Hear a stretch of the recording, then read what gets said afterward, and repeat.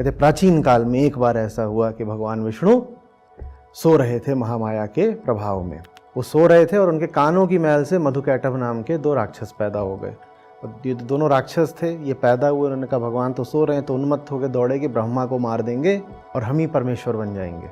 तो ब्रह्मा बड़े घबराए। जो ऊंचे से ऊंचा है उसको भी मदमत्त कर दे जो उसको माया कहते हैं। सामने होती है सच्चाई, ये फिर भी उसको छुपा देती है। प्रभु ये क्या है? हम जानते बूझते भी मूर्ख क्यों बन रहे हैं? हम समझदार होकर भी लाचार क्यों हैं? तो ऋषि मुस्कुराते हैं, ऋषि बोलते हैं ये महामाया है।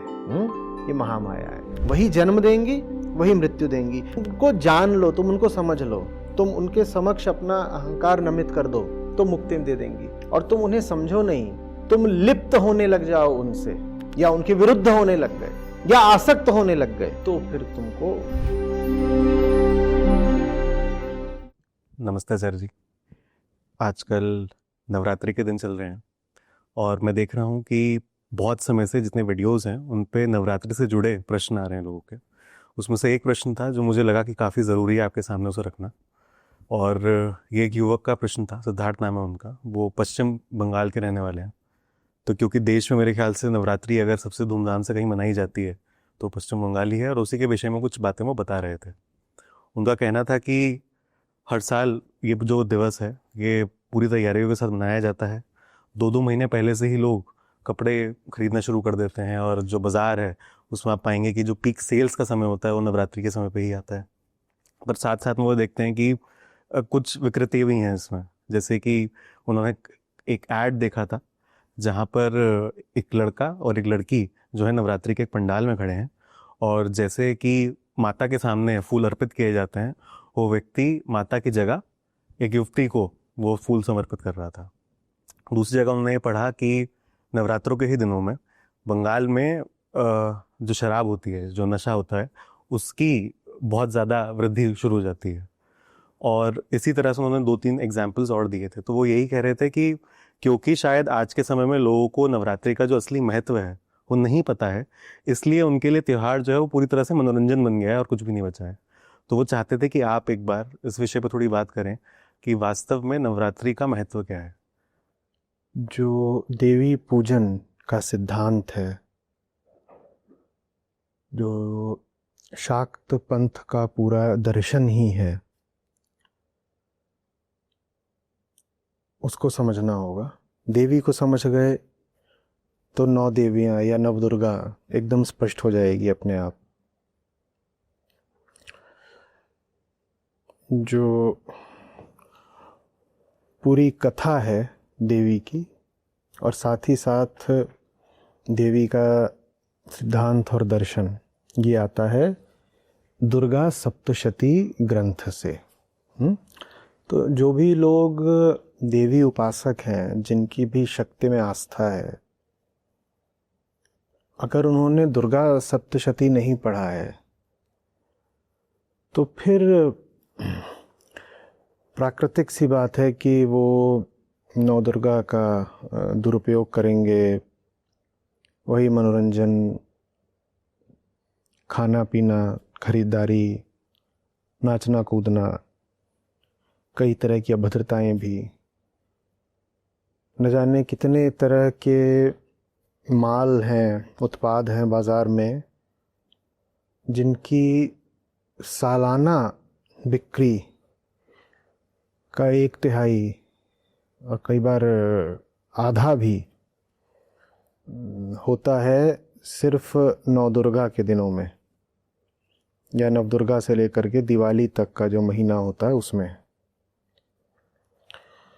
तो भोक्तावाद का फिर त्योहार बन जाता है नवदुर्गा भी। क्यों बन जाता है? क्योंकि हम जानते ही नहीं है कि देवी महात्म्य है क्या। ये भी एक नाम है सप्तशती का, देवी महात्म्य। तो देवी की महिमा क्या है हम ये नहीं जानते, तो इसलिए फिर हम उसका तरह तरह से दुरुपयोग करते हैं। लड़के लड़कियों की खिलवाड़ की चीज़ बन जाता है वो।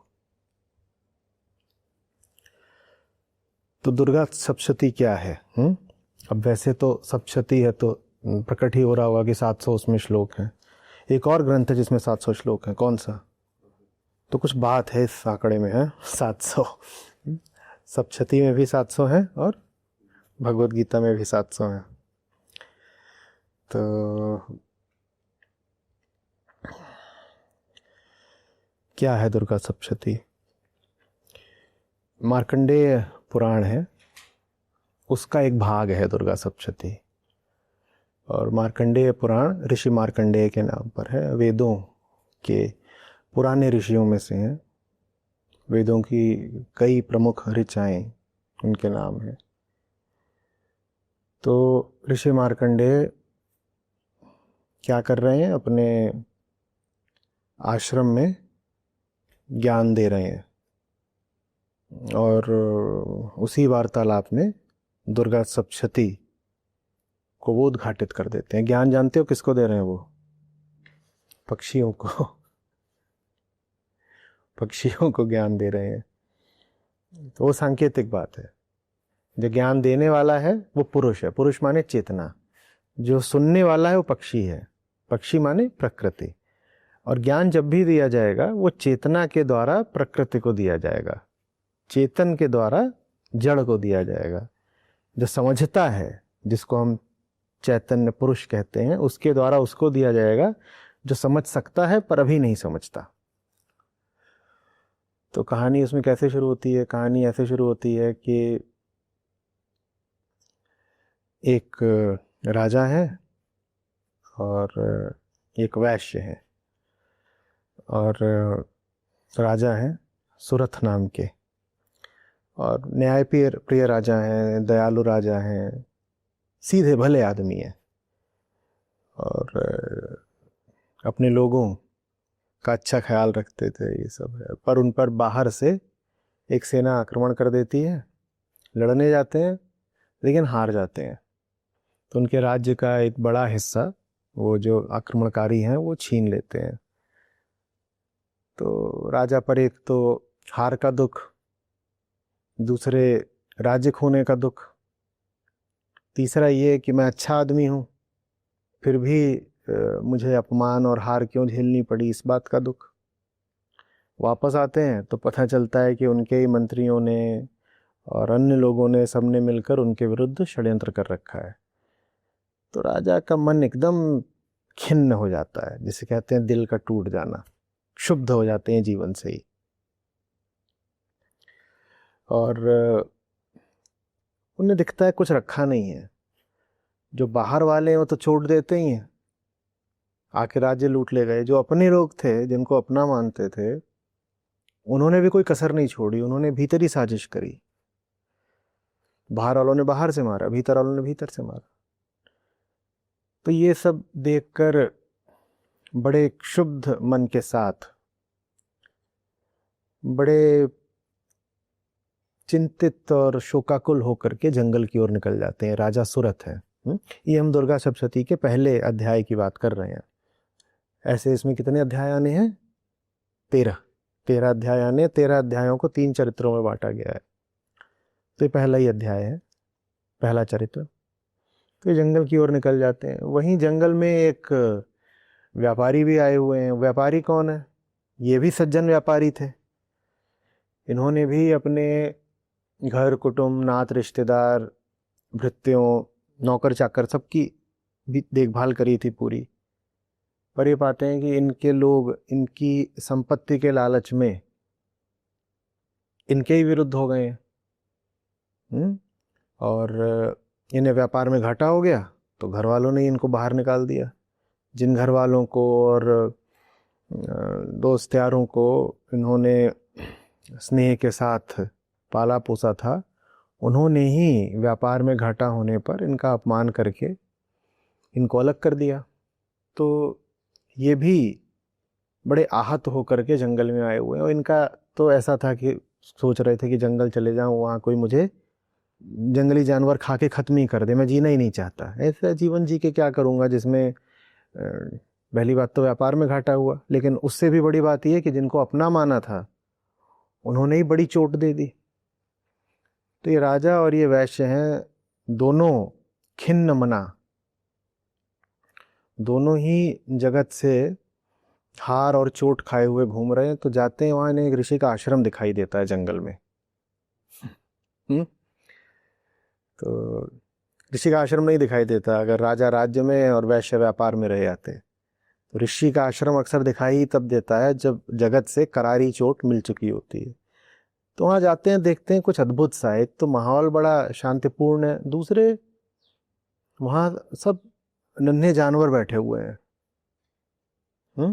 और ऋषि अपने शिष्यों से बात कर रहे हैं और वो सब जानवर भी बैठे हुए हैं, वो भी अपना जैसे सुन रहे हो।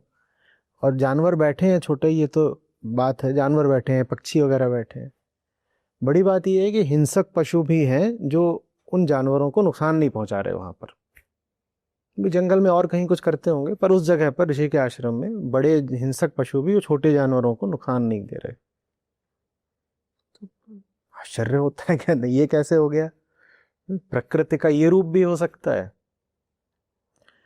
अभी मार्कंडेय ऋषि की बात कर रहे थे, वो पक्षियों से बात कर रहे थे, वहां भी प्रकृति का हमें एक रूप देखने को मिल रहा था जो सुनने को तैयार है। प्रकृति ही है जो जड़ है और प्रकृति ही है जो चेतन होने को भी तैयार है। तो पक्षियों से बात कर रहे हैं और यहाँ हम पा रहे हैं कि पशु पक्षी ही हैं जो अपना वहाँ पर आपस में सौहार्द से और सहकार से बैठे हुए हैं। ये क्यों पशुओं की बार बार क्यों बात हो रही है? जहाँ पशुओं का उल्लेख है वहाँ वास्तव में इशारा हमारी पशुता की ओर है कि ऋषि के सानिध्य में आकर के हमारी पशुता भी अपनी सीमाओं से आगे बढ़ने लगती है। पशु की अपनी सीमाएं होती हैं जो प्रकृति ने बांध रखी होती हैं, वो उनका उल्लंघन करने को तैयार हो जाती है।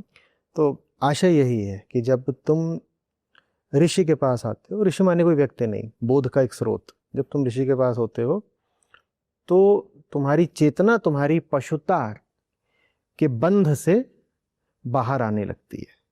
जो तुम सामान्यतः व्यवहार करते थे उससे कुछ अलग, उससे ऊंचे दर्जे का व्यवहार तुम दर्शाने लगते हो। तो ये दोनों ऋषि से पूछते हैं, कहते हैं ये ऋषि थोड़े हमें अद्भुत लग रहे हैं, इनसे कुछ पूछा जाए। तो दोनों ऋषि से पूछते हैं, दोनों की जिज्ञासा मूल में एक ही है। कहते हैं हम अच्छे लोग हैं, हमने दुनिया से चोट खाई, पहली बात तो ये। और दूसरी बात ये कि दुनिया से चोट खा करके हमारा जो मन है वो कुछ बातें जान गया है। सैद्धांतिक रूप से क्या बातें जान गया है? कि हाँ अपना कोई नहीं होता, मोह ममता से बहुत है नहीं। लेकिन उसके बाद भी हम यहाँ जंगल में हैं तो हम पा क्या रहे हैं कि हमारा मन अभी अपने राज्य और व्यापार में ही लगा हुआ है। अब जैसे वो कहते हैं कि हम जब अपने काम में होते थे पीछे, तो अपने पशुओं का और अपने भृत्यों का, अपने दासों का भी पूरा ख्याल रखते थे। और हम ये भी देखते थे कि उनकी संगत अच्छी रहे और उनकी हर तरह से भलाई होती रहे। अब वही लोग जिनकी हम भलाई चाहते थे उनसे हमें चोट पड़ी, हम जंगल आ गए, लेकिन फिर भी हमारे मन में चिंता अभी उन्हीं की बनी हुई है। हम यहाँ बैठ के भी विचार यही कर रहे हैं कि कहीं उनका कोई नुकसान तो नहीं हो रहा, जिन्होंने हमें कहीं का नहीं छोड़ा, जिन्होंने हमें बड़े गहरे घाव दे दिए। हमारा मन उनसे भी अनासक्त नहीं हो पा रहा। ऐसा क्यों है ऋषि? हम सब जान रहे हैं, हम सब समझ रहे हैं।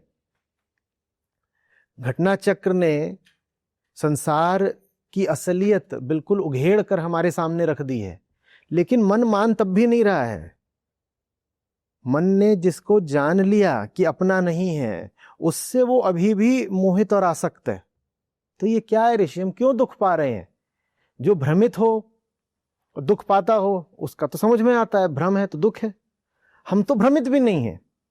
हमें तो कालचक्र ने जगत की पूरी सच्चाई बिल्कुल खोल करके दिखा दी है उसके पूरे विभत्स रूप में। लेकिन हम फिर भी पा रहे हैं कि मन हमारा, दिल हमारा अभी भी संसार में ही अटका हुआ है। प्रभु ये क्या है? हम जानते बूझते भी मूर्ख क्यों बन रहे हैं? हम समझदार होकर भी लाचार क्यों हैं?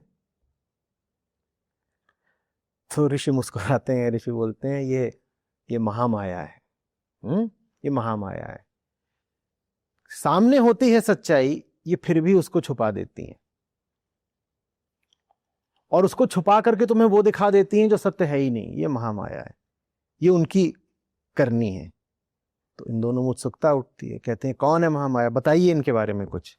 तो यहां से देवी के विषय में उल्लेख शुरू होता है। तो ऋषि कहते हैं बैठो, बताते हैं फिर। तो राजा और व्यापारी दोनों पूछते हैं कि कौन है ये महामाया आप जिनकी बात कर रहे हैं ऋषिवर। तो ऋषि कहते हैं ये वही हैं जिन्होंने स्वयं भगवान विष्णु को भी सुला दिया था। दोनों की उत्सुकता और जगती है, कहते हैं भगवान को सुला दिया, भगवान को सुला दिया कैसे। तो बोलते हैं सुनो फिर कहानी। फिर जैसे पुराणों की विधि है, ये पौराणिक तरीका है, लहजा है पुराणों का एक। कहते प्राचीन काल में एक बार ऐसा हुआ कि भगवान विष्णु सो रहे थे महामाया के प्रभाव में। वो सो रहे थे और उनके कानों की मैल से मधुकैटभ नाम के 2 राक्षस पैदा हो गए। और ये दोनों राक्षस थे, ये पैदा हुए। उन्होंने कहा भगवान तो सो रहे हैं, तो उन्मत्त हो गए, दौड़े कि ब्रह्मा को मार देंगे और हम ही परमेश्वर बन जाएंगे। तो ब्रह्मा बड़े घबराए, बोले अब ये तो लीले लेते हैं। वो विष्णु के पास पहुंचे कि बचाओ भाई, ये क्या आपके ही शरीर से उत्पन्न 2 राक्षस मुझे मारने को तैयार हैं। विष्णु सो रहे हैं, उठने को तैयार नहीं। तो जिसने विष्णु को सुला दिया, सुलाने का मतलब समझते हो, जो ऊंचे से ऊंचा है उसको भी मदमत्त कर दे, जो उसको माया कहते हैं। जो ऊंचे से ऊंचा है उसको भी जो मद में डाल दे, नींद में डाल दे, बेहोशी में डाल दे, अचेत कर दे, उसको माया कहते हैं। तो ब्रह्मा जी ने उन्हीं माया की स्तुति की। बोले हे देवी, आपको मैं उपमा भी क्या दूं, आपकी स्तुति क्या करूं और आपसे प्रार्थना क्या करूं। आप तो स्वयं विष्णु को वश में करे हुए हैं। तो कहते हैं देवी प्रसन्न हो गई। देवी प्रसन्न हो गई और विष्णु जी की आंखों से निकलकर प्रकट हो गई और विष्णु उठ बैठे। विष्णु उठ बैठे तो ब्रह्मा जी ने कहा कि बचाइए महाराज, वो मधुकैटभ पीछे। तो फिर विष्णु में उन राक्षसों में फिर वही पौराणिक परंपरा, 5000 साल तक युद्ध हुआ। ये 5000 साल तक का लड़ाई चली, वो हारने को तैयार नहीं दोनों राक्षस। फिर माया का प्रभाव, माया ने उन दोनों राक्षसों को विष्णु पर प्रसन्न कर दिया। राक्षसों ने कहा ये विष्णु जो है ये बड़ा वीर है, हम 2 हैं, ये अकेला है, 5000 साल से हमारा मुकाबला कर रहा है, हार नहीं रहा है। तो दोनों विष्णु पर प्रसन्न हो गए। ये माया आपको आपके ही विनाश तक ले जाती है। तो दोनों कहते हैं विष्णु से, वीर मांगो, क्या वर मांगते हो, हम प्रसन्न हैं तुम पर। विष्णु बोले एक ही वर चाहिए, तुम दोनों मरो और मेरे ही हाथ से मरो। तो राक्षस दोनों क्या बोलते हैं, तथास्तु। और फिर दोनों का वध कर दिया विष्णु ने, राक्षसों के दिए हुए वरदान से। यही माया। तो ऐसे करके जो पहला अध्याय है, जो पहला चरित्र भी है दुर्गा सप्तशती का, वो समाप्त होता है। इसमें जो समझने वाली बात है वो जानना, जिस मद की, जिस निद्रा की बात हो रही है, जिसने स्वयं विष्णु को वशीभूत कर लिया था, वो हमें जन्म से मिली हुई है। इसीलिए उसे जन्मदात्री भी कहते हैं, इसीलिए उसे जगत जननी भी कहते हैं। हम अचेत ही पैदा होते हैं, हम निद्रा में ही पैदा होते हैं, हम बेहोश ही रहते हैं सदा। वो बेहोशी ही जन्म लेती है, वो बेहोशी जन्म ही नहीं लेती, कह सकते हो वही बेहोशी जन्म देती है। इसीलिए उसको कहते हैं महामां भी, वो महामाता भी है। लेकिन वही जो तुम्हें अपने चारों ओर दिखाई देता है अपनी बेहोशी में, अपने बंधनों के रूप में, वही तुम्हारी मुक्ति का भी कारण बन सकता है। अगर तुम उसको जान लो, समझ लो, और ब्रह्मा जी ने यही करा। संकेतों को समझना होगा, नहीं तो हम मूल अर्थ से वंचित रह जाएंगे। ब्रह्मा जी ने यही करा। उन्होंने कहा कि आप तो इतनी अज्ञेय हैं कि आपकी तो स्तुति भी नहीं की जा सकती। और जिसने मान लिया कि ये जो रहस्य है ये बुद्धि से समझने का नहीं है, क्योंकि बुद्धि भी इसी रहस्य की गिरफ्त में है, तो बुद्धि से समझ कैसे लेगी? ये रहस्य तभी पता चलता है जब तुम इसका अवलोकन करो। जो बाहर चल रहा है जिसको रहस्य बोल रहे हो उसका भी, और वो जो बुद्धि भीतर बैठी है जो इस रहस्य को देख रही है उसका भी, दोनों को जब एक साथ देख लो तो तुम इससे मुक्त हो जाते हो। इसके बारे में बहुत धारणाएं बना के काम नहीं चले, क्योंकि धारणाएं भी उसी नशे का हिस्सा ही हैं। ठीक है, तो इसीलिए दुर्गा सप्तशती को मुक्तिदाता ग्रंथ कहते हैं। कोई पूछे कि इस ग्रंथ का उद्देश्य क्या है, हम कब मानेंगे कि ये सफल हो गई? जब तुम आओगे तीसरे चरित्र में तो तुम पाओगे देवी वरदान देती हैं मुक्ति का। जो उनसे मुक्ति मांगे, जिसने मुक्ति नहीं मांगी उसको नहीं देती, जिसने मुक्ति का वरदान मांगा देवी उसे मुक्ति का वरदान दे देती हैं, और वहीं पर जाकर के ये ग्रंथ समाप्त हो जाता है। तो ये ग्रंथ मुक्तिदाता है। किससे मुक्तिदाता है? माया से मुक्ति दिला देता है। माया ही माँ है, माया ही देवी है, माया ही प्रकृति है। इन सब शब्दों को एक साथ मानना। माया ही माँ है, माया ही मृत्यु है, माया ही देवी है, माया ही शक्ति है, माया ही जननी है और माया ही हरणी है। वही जन्म देंगी, वही मृत्यु देंगी, वही सब कुछ तुम्हें दे देती है, वही सब कुछ तुमसे वापस भी ले लेती है। तुम उनको जान लो, तुम उनको समझ लो, तुम उनके समक्ष अपना अहंकार नमित कर दो तो मुक्ति दे देंगी। और तुम उन्हें समझो नहीं, तुम लिप्त होने लग जाओ उनसे, जो कि अहंकार की बात है। उनका बड़ा अपमान है कि तुम उनके सामने आदर से झुकने की जगह उनसे लिप्त होने लग गए, या उनके विरुद्ध होने लग गए, या आसक्त होने लग गए, तो फिर तुमको बंधन में रहने की सजा मिल जाती है। देवी कोई व्यक्ति नहीं है, देवी कोई ऐतिहासिक चरित्र नहीं है, देवी कोई साधारण किस्सा कहानी नहीं है। देवी एक बहुत सशक्त प्रतीक है तुम्हारे भीतर के बंधनों का, जिनसे तुम मुक्त होना चाहते हो। बंधनों का भी प्रतीक है देवी, और मुक्तिदात्री भी देवी स्वयं ही है। वास्तव में कहा यह जा रहा है कि ये सब कुछ जो है तुम्हारे बाहर और तुम्हारे भीतर, इसको जानो, इसको समझो। इसको भोगने के लिए नहीं आए हो तुम, इसको समझने के लिए आए हो तुम। उसी समझने को कहते हैं नमन करना भी। और जो समझ गया वो मुक्त हो जाएगा, जो नहीं समझेगा वो बहुत दुख झेलेगा। ये सिद्धांत है जिसको बड़े रोचक तरीके से एक बोध कथा के रूप में दुर्गा सप्तशती हमारे सामने रख देती है। ठीक है, तो पहला अध्याय स्पष्ट हो रहा है। ये है देवी। अब बताओ इस पूरी चीज में उस उपद्रव का कहाँ स्थान है जिसकी तुम बात कर रहे थे, जो अभी आया था ना तुम्हें संदेश जी।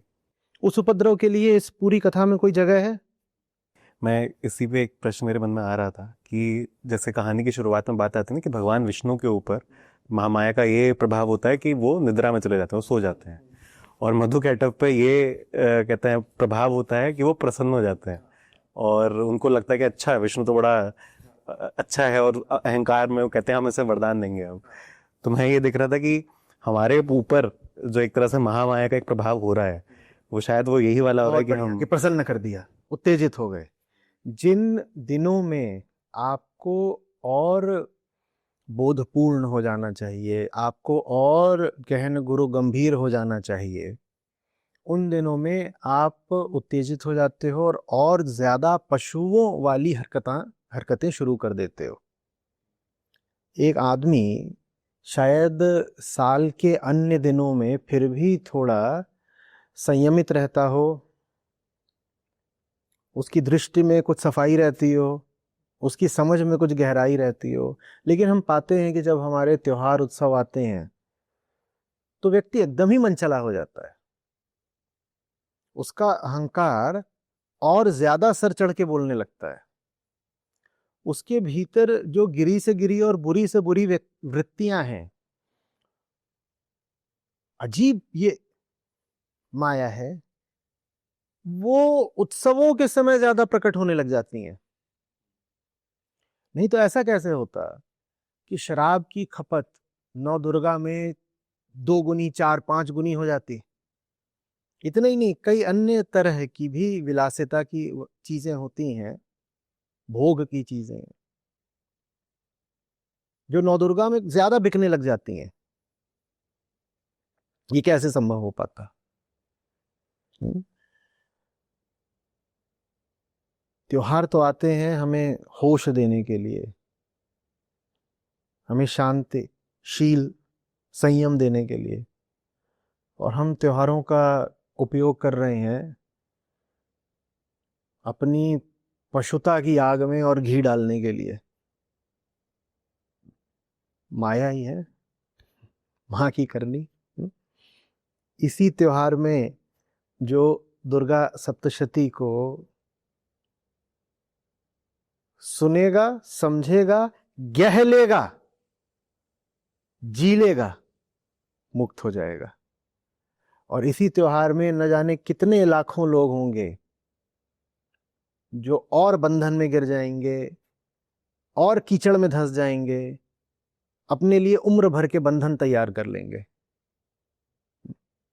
मां कहती तुम मुझसे जो मांगोगे मिलेगा, तुम्हें मुक्ति चाहिए मैं मुक्ति दे दूंगी, और तुमको उपद्रव और मनोरंजन और भोग यही चाहिए तो मैं तुम्हें ये दे दूंगी। ऐसा कोई और भी कहता है? कौन कहता है? कौन कौन कहता है? इतनी बार दोहराया ना। भगवत गीता 4 अध्याय 11वां श्लोक,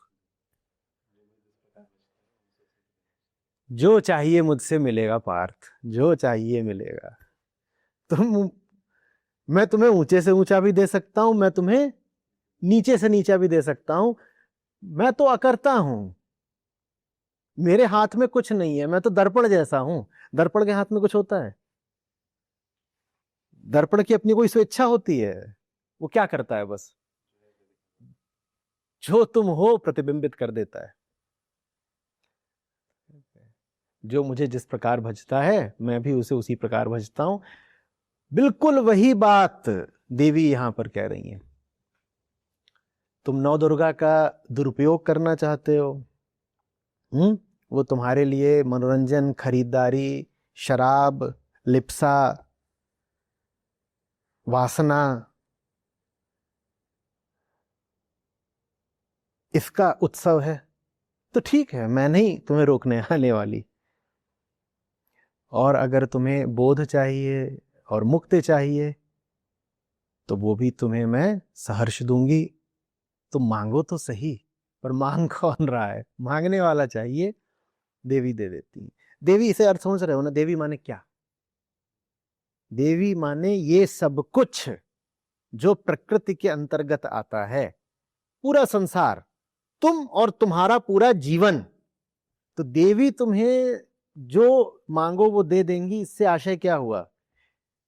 तुम्हें जीवन मिला है, तुम जो मांगोगे जीवन तुम्हें दे देगा। तुम सही मांगना सीखो।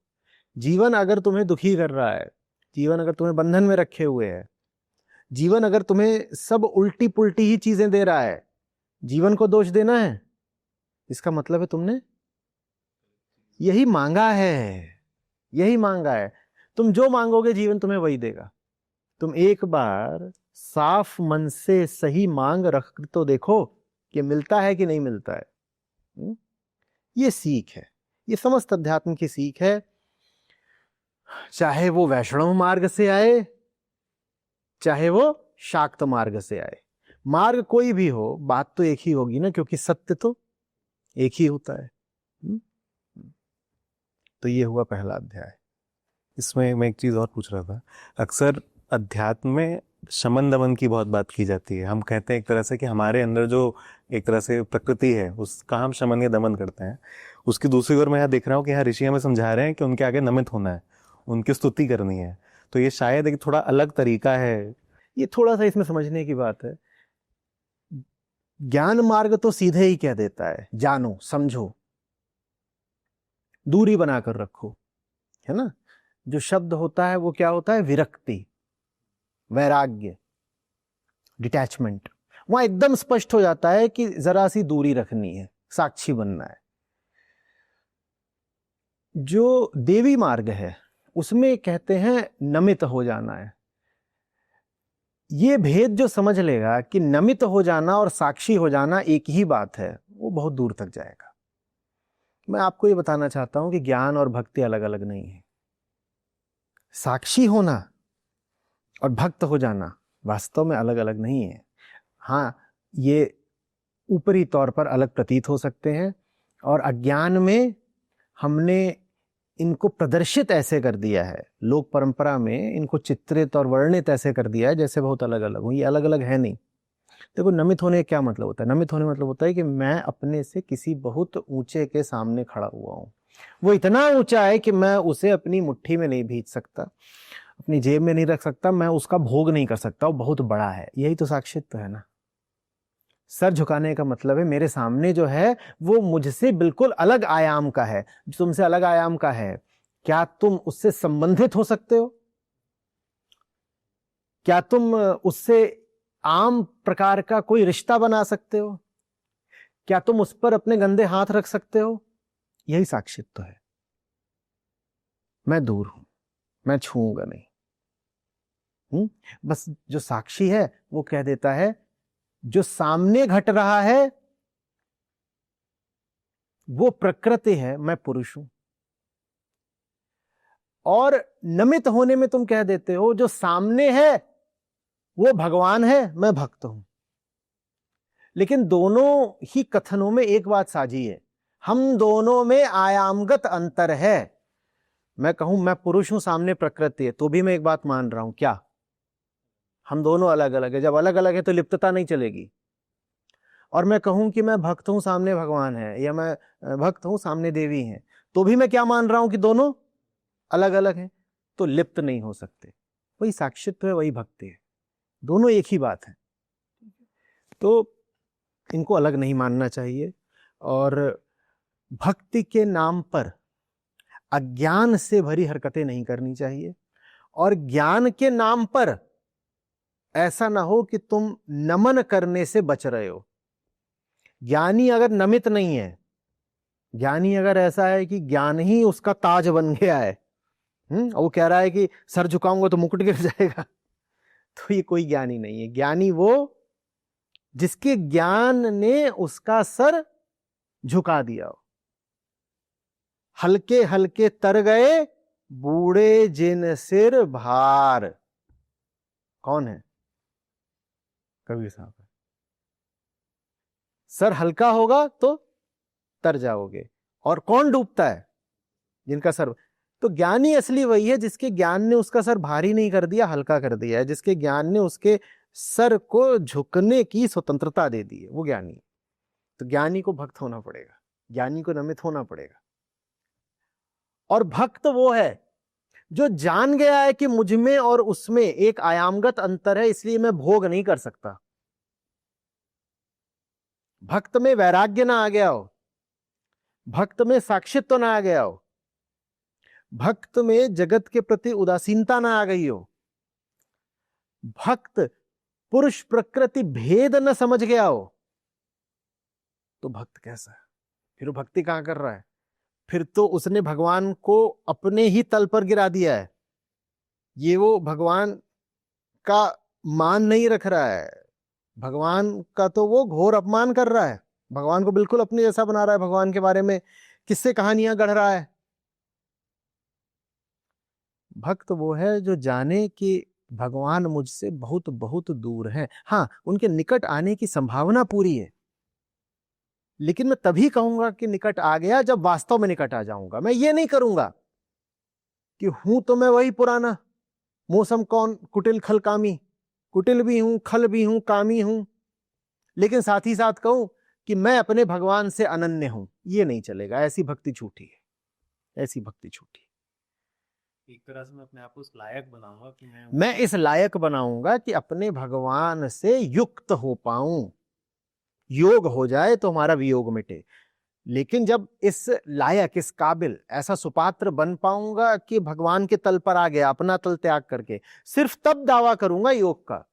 ये नहीं करूंगा कि जो मेरी जिंदगी चल रही है साथ में मैं भगवान की एक छोटी सी ऐसे मूर्ति लेके चल रहा हूं, कह रहा हूं मैं तो अपने भगवान से बहुत प्रेम करता हूं, मैं अपने भगवान से अभिन्न हूं, जैसा कि ज्यादातर लोग करते हैं। अपनी ही रोजमर्रा की गंदी जिंदगी का हिस्सा नहीं बना सकता भगवान को, ये महापाप हो जाएगा ना। उनको अगर अपने जीवन का हिस्सा बनाना है तो मुझे पहले अपने जीवन को साफ करना पड़ेगा। मुझे अगर ईश्वर को अपने जीवन में उतारना है तो पहले उनके लायक एक आसन तैयार करना पड़ेगा, उसको साफ रखना पड़ेगा, तब माने खुद को बदलना पड़ेगा। और हम इन उत्सवों पर क्या पा रहे हैं? हम स्वयं को बदल नहीं रहे, हम दैवीय सत्ता को भी अपने ही पुराने अंधे, बेहोश और गंदे जीवन का हिस्सा बना ले रहे हैं। हमें चाट पकौड़ी खाने का शौक है, तो त्योहार आ गए, नवदुर्गा, दशहरा, दिवाली, हम क्या करेंगे? चाट पकौड़ी खाएंगे। त्योहार ने तुम्हें बदला है क्या? या तुम्हें तुम्हारी वृत्तियों में और लिप्त करने का मौका दे दिया? ये तुमने बदला है क्या स्वयं को? त्योहार इसलिए हैं ताकि तुम साल भर जैसे रहते हो उससे कुछ अलग होने की झलक पा पाओ। ये तुम्हें अलग कोई झलक मिल रही है, या जो तुम्हारे व्यक्तित्व का और जीवन का सबसे निचला हिस्सा है उसे ही और विस्तार मिल रहा है? मतलब एक तरह से अपने आप को माँ का भक्त बोलना एक तरह की उपलब्धि है। माँ का भक्त अपने आप को बोलने के लिए बहुत बड़ा आदमी चाहिए, बड़ी मेहनत करी हो, बड़ी पात्रता दिखाई हो, बड़ा मूल्य चुकाया हो, सिर्फ उसको अधिकार है कि कह पाए कि मैं भक्त हूं। मां का भक्त, कृष्ण का भक्त। जैसे स्वयं को ज्ञानी कहना आसान बात नहीं होनी चाहिए, वैसे ही स्वयं को भक्त कहना हल्की बात नहीं होनी चाहिए। ये नाच गा के, कूद फांद मचा करके, चाट पकौड़ी खा करके, रात रात भर वासना में लिप्त रहकर नवदुर्गा में और नशा करके तुम अपने आप को किस अधिकार से भक्त बता रहे हो भाई? ये 9 दिन तो बल्कि तुमने देवी के अपमान के दिन बना दिए। इस प्रकार के लोग जैसी नवदुर्गा मनाते हैं, इससे भला तो था कि ये न मनाते, ताकि नवदुर्गा का निर्मल निश्चल रूप कम से कम कुछ मुट्ठी भर चंद लोगों में साफ बचा तो रहता। अभी तो इन्होंने आम संस्कृति में ही पूरे पर्व को दूषित कर दिया।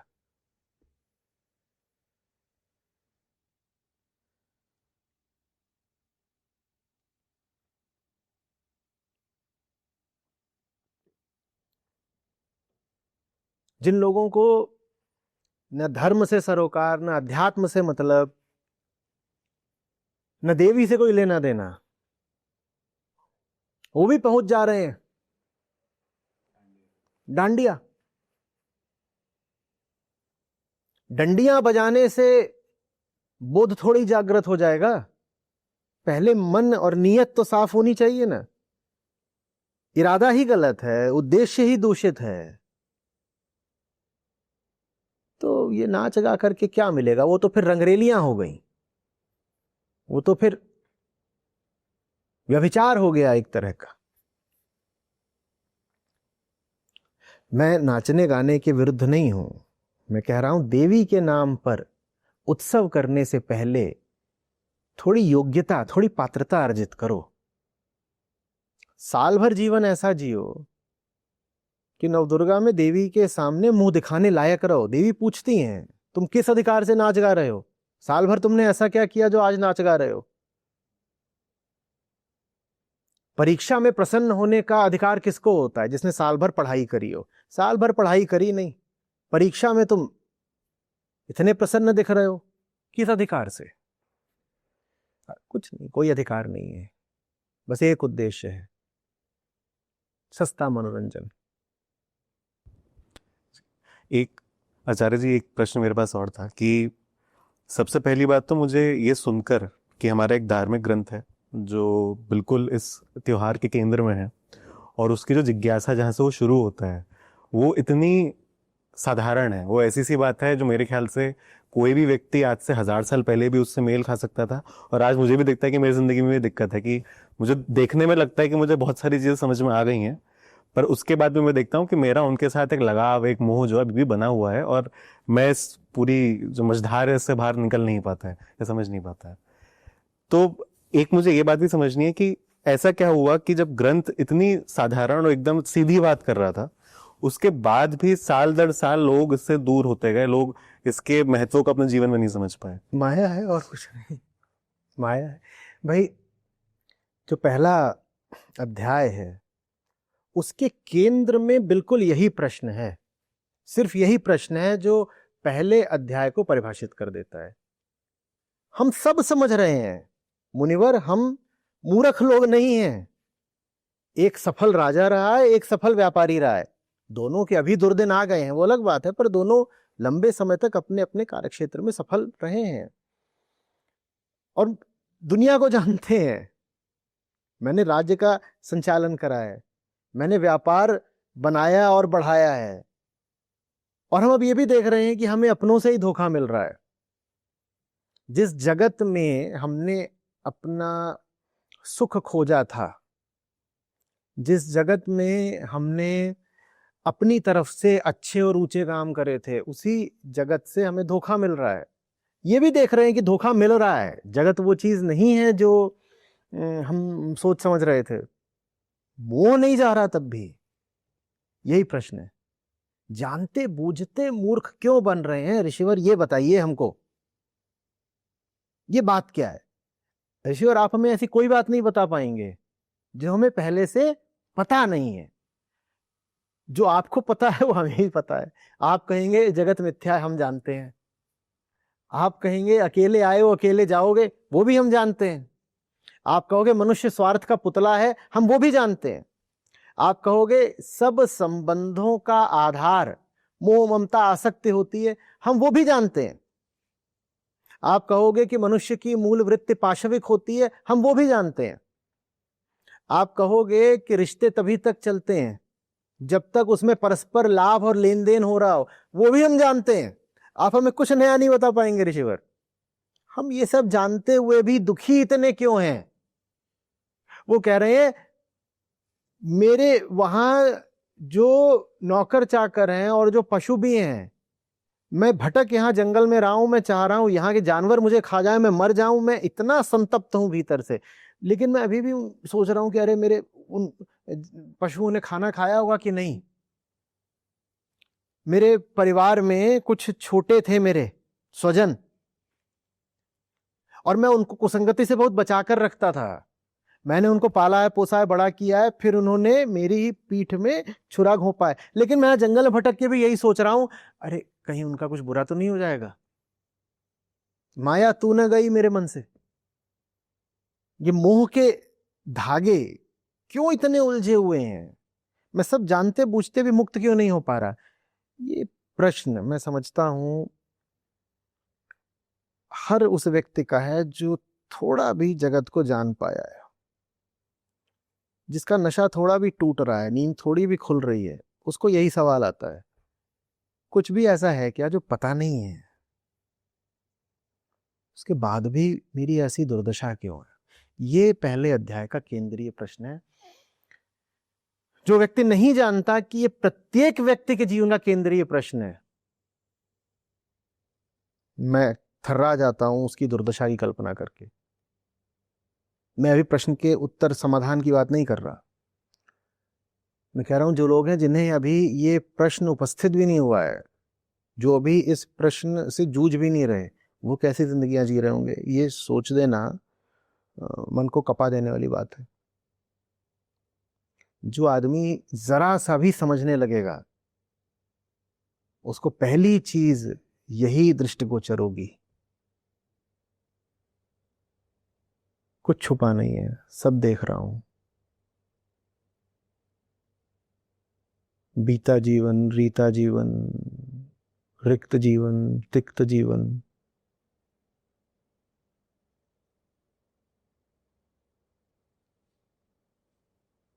फिर भी उलझा हुआ हूं। कौन सा ग्रंथ है जो मुझे नई बात बताएगा? कौन सा गुरु है और वो मुझे क्या समझाएगा? होशमंद हूं,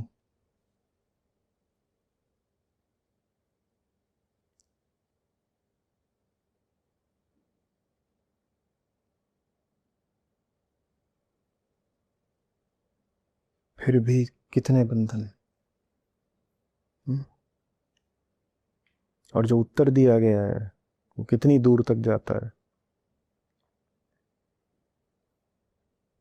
उत्तर दिया गया है कि बंधन कहीं बाहर से नहीं आता है, जन्मदात्री ही बंधदात्री है। इन दोनों को अगर मिला दो तो क्या बना? जन्म ही बंधन। तो ये मत पूछो बंधन कहां से आया, तुम स्वयं बंधन हो। पाश्चात्य और भारतीय दर्शन में मूल अंतर। पश्चिम ने खोजना चाहा कि बंधन बाहर कहां कहां से आ रहे हैं और जहां जहां से आ रहे हैं काटेंगे, तो कहा अर्थव्यवस्था से आते हैं बंधन, तो उन्होंने कहा अर्थव्यवस्था में बदलाव होने चाहिए। समाज से आते हैं बंधन, सामाजिक संरचना बदल देंगे। साम्यवाद, ये मार्क्स का विचार। अन्यों ने कहा man is born free but everywhere he is in chains. Bharat ने ये नहीं कहा मैन इज बॉर्न फ्री। अगर तुम कहोगे कि बॉर्न फ्री है, एवरीवेयर इज इन चेन्स, तो तुमने उत्तरदायी किसको बना दिया है? संसार को, समाज को और संयोग को। न संसार, न समाज, न संयोग। मां ही बंधन है, और मां ही बंधन है तो और हम किसके सामने हाथ जोड़ के कहें कि मुक्ति दो? मां से ही कहेंगे तू ही बंधन है, तू ही मुक्ति दे। तूने ही जन्म दिया है, तू ही मुक्ति देगी।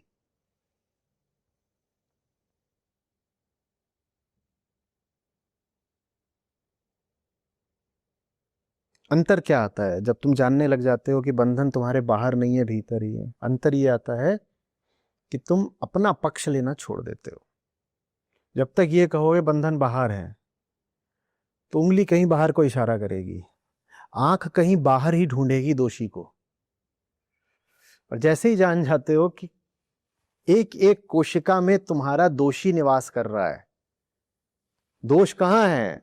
प्रत्येक कोश में दोष है। तो फिर तुम किसी और को जवाबदेह मानना बंद कर देते हो। फिर दृष्टि भीतर को मुड़ती है। यही समस्त अध्यात्म का लक्ष्य है।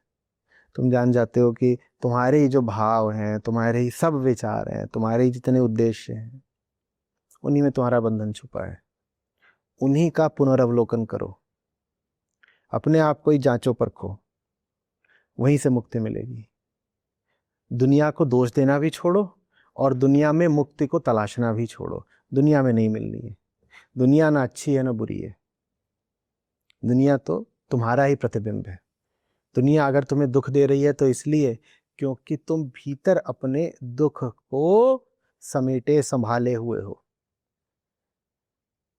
ये पहले अध्याय का मर्म है। इस बात को नहीं समझा और बस कहानी रट कर रह गए तो भी चूक जाएंगे। ये मैंने अपने घर पे भी होते देखा और मैंने बहुत जगहों पर देखा है कि इस तरह की जो पौराणिक कहानियां होती हैं लोगों को ये पता होती हैं और लोग उनको हर साल दोहराते रहते हैं, दोहराते रहते हैं, दोहराते रहते हैं। और उनके जब वो खुद पढ़ भी रहते हैं, जैसे आपने शुरुआत में इस बात को कहा भी कि मार्कंडेय ऋषि हैं और वो अपने कहते हैं आश्रम में पक्षियों को शिक्षा दे रहे हैं और उनको सिखाते सिखाते वो फिर एक और कहानी सुनाते हैं जिसमें मेधा मुनि है और वो वहां पर सारे जंगल के जानवरों से बात कर रहे हैं और जो हिंसक जानवर भी हैं वो भी वहां पे बड़ी सभ्यता से बैठे हैं और सुन रहे हैं बात को। अब अक्सर हमारे मन में एक बात सी बन गई है कि पुरानी कहानियां तो ऐसी ही होती हैं, हम उनको परी कथा जैसा समझने लग जाते हैं, हम उनके जो केंद्र में बात समझना पड़ेगा। देखो पुराण क्या है। मैं बहुत दफे जब बोलता हूं तो ऐसा लगता भी होगा कि मैं पुराणों के बिल्कुल विरुद्ध बोल रहा हूं। पुराण क्या है समझना पड़ेगा। उनका पक्ष लेने या विरोध लेने की बात बाद में होगी। पुराण रचे गए हैं वेदों के 1000 साल से ज्यादा बाद में। ठीक, बड़ा लंबा अंतराल है वेदों और पुराणों के बीच में। कोई कारण तो होगा ना, कारण बता देता हूं। जो पूरा वैदिक साहित्य था वो समाज के एक छोटे तबके तक सिमट कर रह गया था। आम जनता खेतिहर थी, कृषक थी, और उनका जैसा जीवन था उसमें ऊंची आध्यात्मिक बात को ले जाना बहुत सरल नहीं था। इसके अलावा वैदिक काल के उत्तरार्ध तक आते आते जाति प्रथा बड़ी सख्त हो चली थी। वर्ण व्यवस्था न्याय संगत नहीं रही थी, अपनी लोच खो चुकी थी। जाति प्रथा बन गई थी जन्म पर आधारित। तुम किस घर में किस कुल में जन्म ले रहे हो उसी से तुम्हारी जाति जीवन भर के लिए निर्धारित हो जाएगी, और उससे फिर तुम्हारे जीने, काम करने का, समाज में स्थान का दायरा वो सब सदा के लिए बंद हो जाएगा, सील हो जाएगा। और ये सब जबरदस्त कुरीतियां थीं जिनके कारण आम जनता का शैक्षणिक स्तर और बोध स्तर दोनों गिरता गया।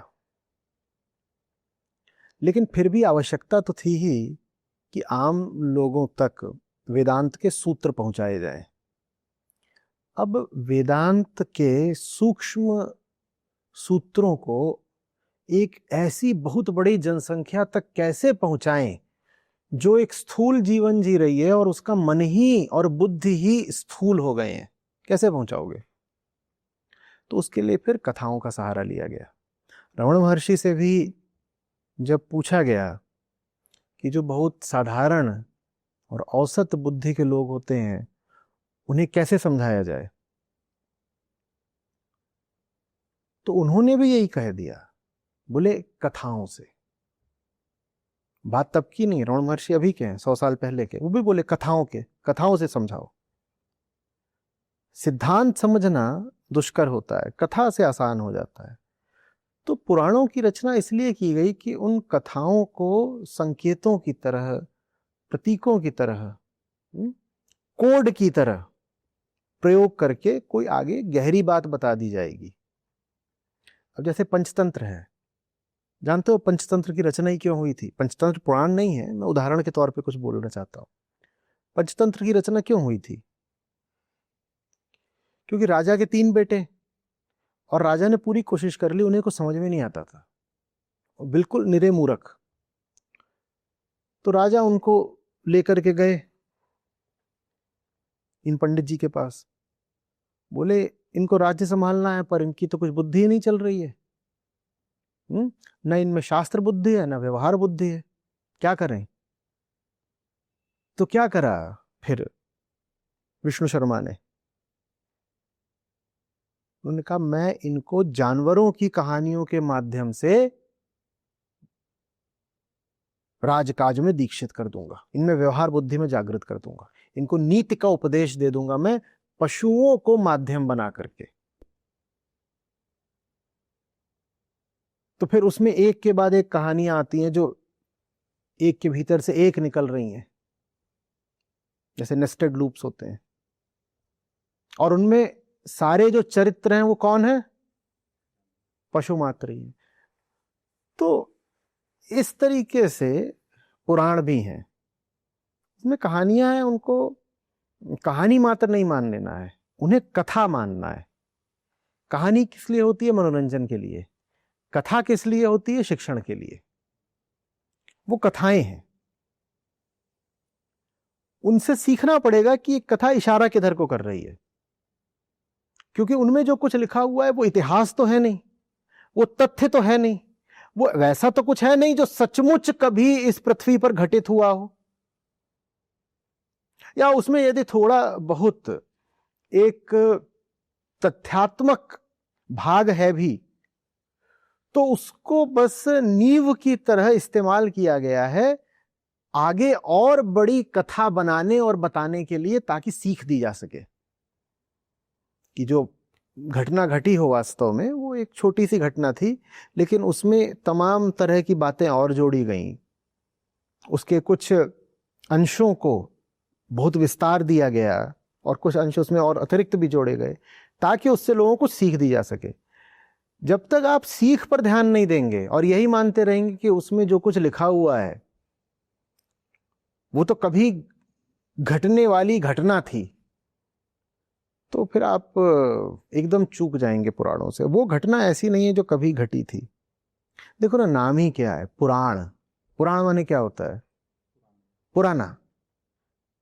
तो उसमें पुरानी घटना नहीं बताई गई है, उसमें वो घटना बताई गई है जो कभी पुरानी नहीं होती।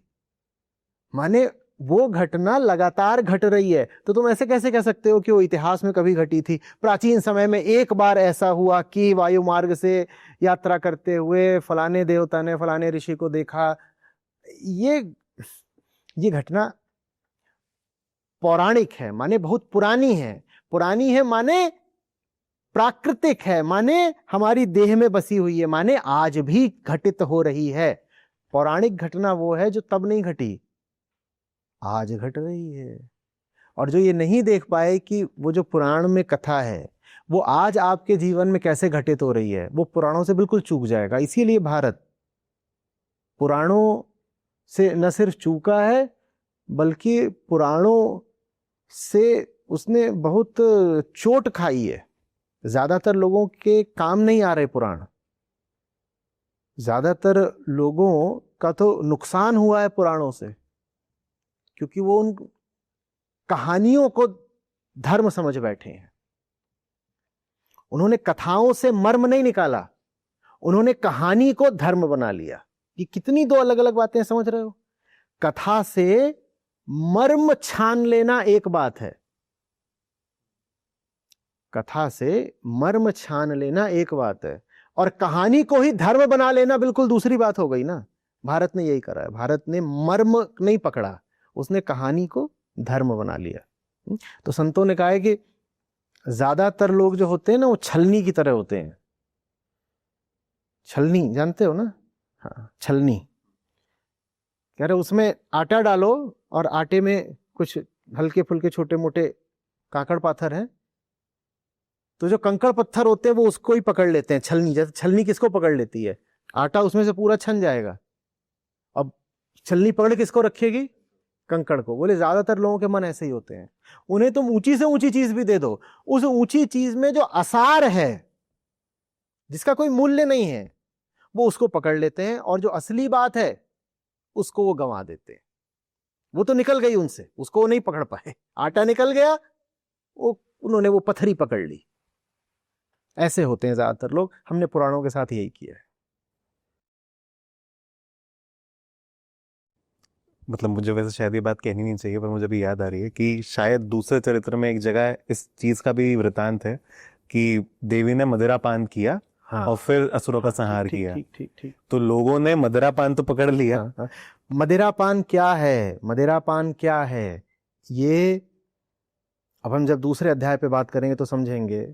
मदिरा पान वो मदिरा नहीं है उसमें जो दुकानों पर बिकती है। देवी जिस मदिरा की बात कर रही हैं, साफ साफ श्लोक है जो बता रहा है कि वो कौन सी मदिरा है।